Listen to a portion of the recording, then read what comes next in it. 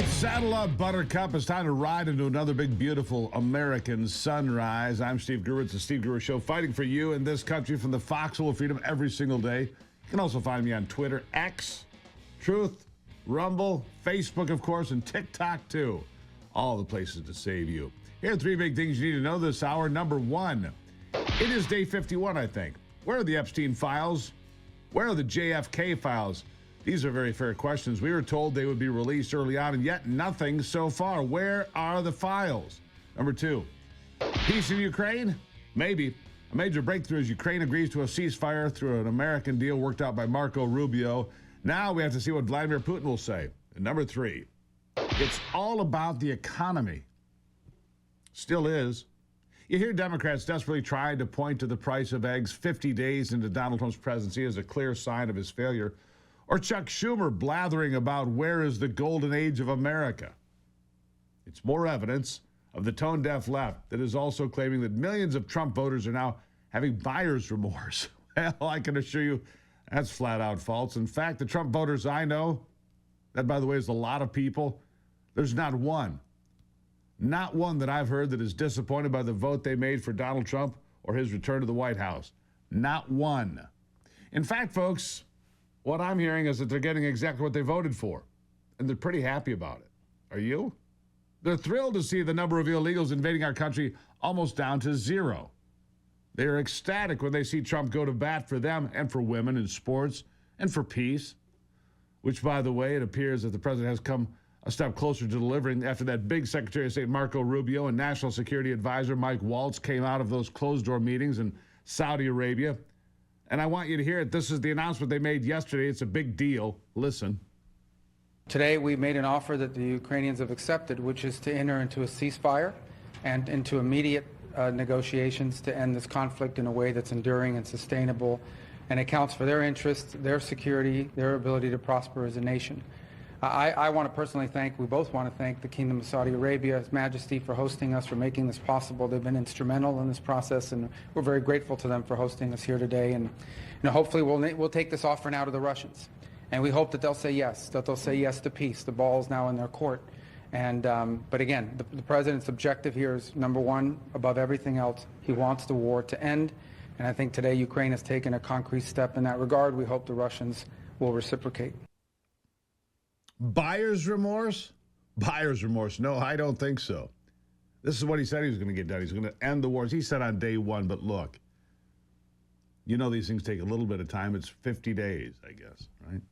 Not very long. Another big win for President Trump in his effort to end the more than 3-year war in Ukraine. But of course, he still needs to get the Russians on board. And that's not certain yet. But I would say the sentiment is right that it's not a matter of if this war is going to end, but how soon. And you have to say it's the work of Donald Trump, Marco Rubio, Mike Waltz, Steve Witkoff, all of these people. Incredible team. A big victory for the president early in his second term that he promised to deliver. And with wins in Gaza and Ukraine, he's not disappointing those he made those promises to. And that, of course, is us. He made that promise to you and to me and to all of us. And he's keeping it. Something else that Trump voters really like is his take-no-guff attitude. And that means leveling the playing field in a variety of areas that he says America has been getting screwed for a very long time. And that includes how much we were previously paying the World Health Organization, paying to be in the Paris Climate Accords. And more recently, he pointed again to NATO and the United Nations, where we paid by far the most of any nation and seemed to get less. And we, of course, footed the bill for the bulk of the defense of Ukraine these past many years. Which brings me to the tariffs that the president has been dropping on a host of countries, most notably Mexico and Canada. Some took effect just today. Both of which that fought back, but at least to begin with, Mexican President Claudia Sheinbaum has already made concessions and lowered the pressure and put some of those tariffs on hold.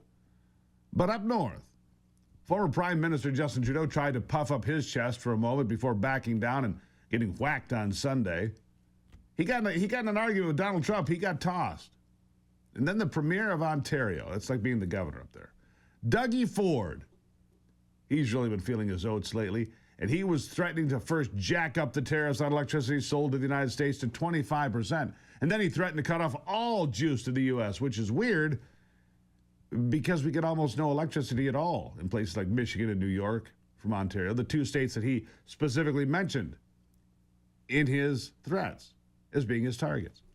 President Trump didn't bat an eye and said, no problem, in 24 hours we'll raise the price of steel and aluminum tariffs to 50% coming in from Canada. Well, it didn't take long before old Fat Doug realized he didn't have a leg to stand on or a card to play and thought he'd just roll off to the old buffet for another helping. Fat Doug Ford folded on electricity tariffs and other threats on America immediately, in fact, after Trump proposed those 50% tariffs. Listen. As we're duking it out back and forth, China's laughing. They're building an arsenal of critical minerals, and we have to work together. We're the two greatest nations in the world. Let's build that AMCAN fortress. And as for the aluminum and steel, 16% of the aluminum that the U.S. makes is produced in the U.S. The rest, vast majority of it, comes from Quebec, Canada, along with steel. But let's work together. Cooler heads have to prevail here, or we'll decimate both economies. And we're seeing it over the last few days. Make no mistake, I voted for every bit of this. Every single bit of this I voted for. I'm proud of the President of the United States. I am grateful for my president. I support my president because I love a strong America that is not going to play games like this. No, we simply say, you know what? How about we get nothing from Ontario going forward? Nothing at all. How would you like that? And then Fat Doug just folds like a cheap suit. So I think it's important for you to understand the numbers. And because the Democrats are playing some game about Donald Trump wrecking the economy with tariffs, I have this for you, the truth about tariffs and Canada and what we pay, what we were on the receiving end of. Here's a guest speaker. Do you believe these insane tariffs that the U.S. is bullying Canada with? 250% for milk, 291% for butter, 208% for whey, 241% for cheese? How could we do this to our neighbor? Oh, wait, those are actually tariffs that Canada imposed on the U.S. last year. Whereas for the same goods, we imposed the following tariffs. 10% for cheese, 10% for butter, 5% for milk, 0% for whey. It's interesting that since Trump announced tariffs, everyone became an econ PhD who's confident that they know exactly what tariffs will do to the economy. But while you've seen Trump fighting for tariffs, you haven't seen that before no one was fighting for us at all on the global scale. I was just listening to Kevin O'Leary before I came on the air here. Mr. Wonderful, you know him from Shark Tank, Kevin O'Leary. He's a Canadian, by the way. Very successful businessman. I've been involved in a number of different things. He says, don't listen to the noise, look for the signal. And he said the signal here from Trump is and has been, it's time to bring these two economies together so that America and Canada are basically one economy, because we'd be by far bigger than we are now, and China would never be able to catch up. If America and Canada get rid of all tariffs and work cohesively together, we will crush the world. More on this after the break. Welcome to it. It's the Steve Gruber Show. Remember, follow me on Twitter. I need 25 new followers right now.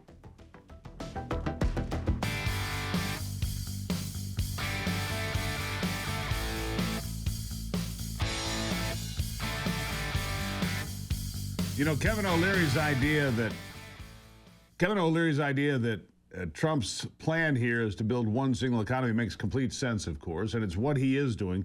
Look, if Donald Trump makes a bunch of noise somewhere about something, O'Leary's right. Look for the signal. What's he actually trying to accomplish? Bunch of noise here. Oh, threads the needle right here, right down the middle. It's called making a deal.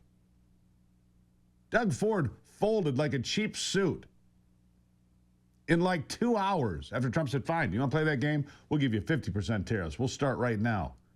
And he's not joking. He would do it. To drive home the point, you're not going to mess with us. And I like a strong American president. Is there going to be some short-term pain? Yes, look at the markets. I've taken it on the chin for the past couple of weeks. Sure, I get it. But I expect it to come back, and come back in spades. Now, yesterday afternoon, the president gathered with a bunch of business leaders to discuss the economy and how he plans to build America into an even bigger economic powerhouse. Subject came up there, too. Listen. A lot of investment coming into our country, much more than I've ever seen. Apple is investing $500 billion. IBM was with us yesterday, and they're investing a lot. Just companies all over. I could name them. You've read most of them, many of them. But hundreds of billions of dollars is being invested. That wouldn't have happened if I didn't win the election, number one. And I think, number two, the tariffs are having a tremendously positive impact. They will have, and they are having. We have car companies that are not building in Mexico now. They're building in the United States. Some of them, the plants were already started, and they stopped construction, and now they're going to build in the United States. It was very unfair. They'd build in Mexico and sell them across the border with no tax, no nothing. They'd take away our jobs. They'd close up places in Michigan and all over the country, and they'd build them in Mexico. In many cases, they were owned by China. Built in Mexico, owned by China. And that's all stopped now. They're all coming here. Yeah, they're all coming here. The Apple Academy in Detroit, the Honda plant in Indiana, the list goes on. And that's just the beginning of the investments. Japan says bringing $1 trillion of investment here, $1 trillion with a T. You see, it's about the economy. And America's been getting ripped off by politicians and a lot of other people for a very long time here and around the world. I'm proud to see President Trump saying, we're not doing this anymore. We're going to make sure this country is first in line, always, and we are back to where we belong.